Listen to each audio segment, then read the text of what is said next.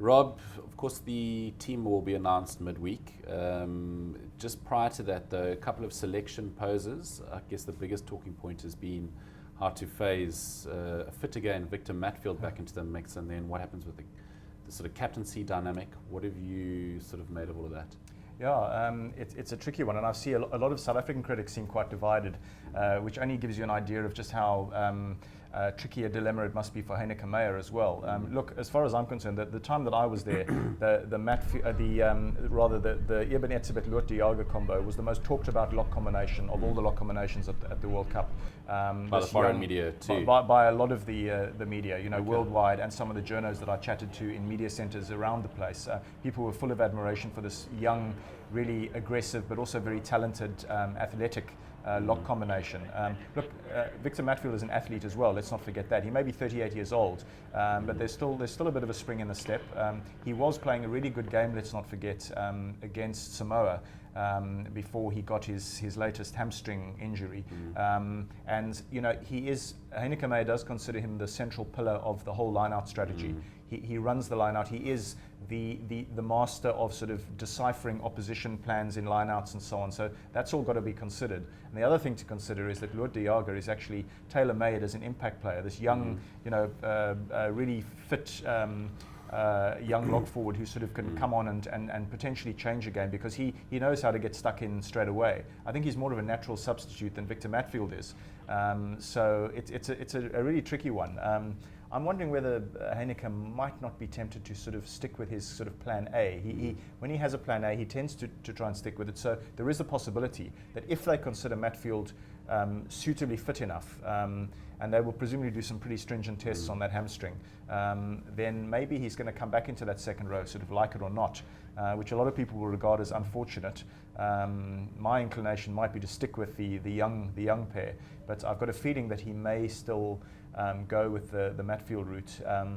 Other than that, the Boks are blessed that at this stage of a World Cup tournament, they seem to have, it looks as though they're approaching the knockouts with a clean bill of health with the entire squad, which is a remarkable development. I can't think of too many occasions in the past when a South African squad has actually sort of almost reached a sort of a peak level of 100% fitness after having played all their pool games of a World Cup, and not to have anybody on the injured list, assuming that JP Peterson is ready to be filtered back in. Well, they did lose their skipper. Yeah, that's true. But of the existing players there, they have supposedly are going to have 31 fit players to choose from for that match day 23. Yeah. So that's a good state of affairs. And so not too many hassles apart from that big one at lock, and perhaps tight head prop, where the Yanni du Plessis Frans Malherbe issue is also a little bit unsettled, because Frans Malherbe is making big strides as the sort of understudy to Yanni du Plessis, and a lot of people again thinking that maybe his sort of younger credentials should be trumping the old man, but let's wait and see with the selection. Garen, another potential concern, I guess, could be the sort of kicking department, playing a team like Wales, where you've got Bigger, who's just not missing, and especially now in the knockout phases, where you tend to play, the Springboks are very good at playing that sort of percentage type rugby, possibly wetter conditions. Who do you think the Boks' best kicker is at the moment, where points are going to be vital now? Yeah, absolutely. I mean, now that we move into the playoffs, obviously bonus points don't count, so we don't need to score the 4 tries, which we had to do sort of in the pool phases, which I think suits South African rugby. We're not the sort of team that will score 4 tries every match, no matter who the opposition is. So, but as you correctly said, Dan Bigger's kicked really, really well, besides his crazy little antics before kicking. He's played at Twickenham a couple of times now. It seems to be a fairly easy ground to kick at. We saw Owen Farrell not miss either. We've seen a number of kickers have a sort of 100% kicking record there. I'm pretty sure that Pollard will start at flower for the Boks. He's going to have to kick. Hopefully he kicks a little bit better than he's kicked in the tournament to date. He hasn't had sort of his kicking boots on, So, and I don't think Lambie's going to start either. So at best, I think Lambie will be on the bench. If Pollard has a nightmare of a day and it's sort of coming down to that match where nobody's scoring tries and kicks are going to determine this, he might be inclined to put Lambie on, whether it's at flower or at fullback. But Lambie does seem to have a sort of cooler head under those sort of high pressure. And we've seen him kick winning rugby championship penalties in the past for South Africa. Yeah. So I think nobody's going to kick better than Dan Bigger from a South African point of view. I'm just hoping that South Africa will still win the game through, a couple of tries.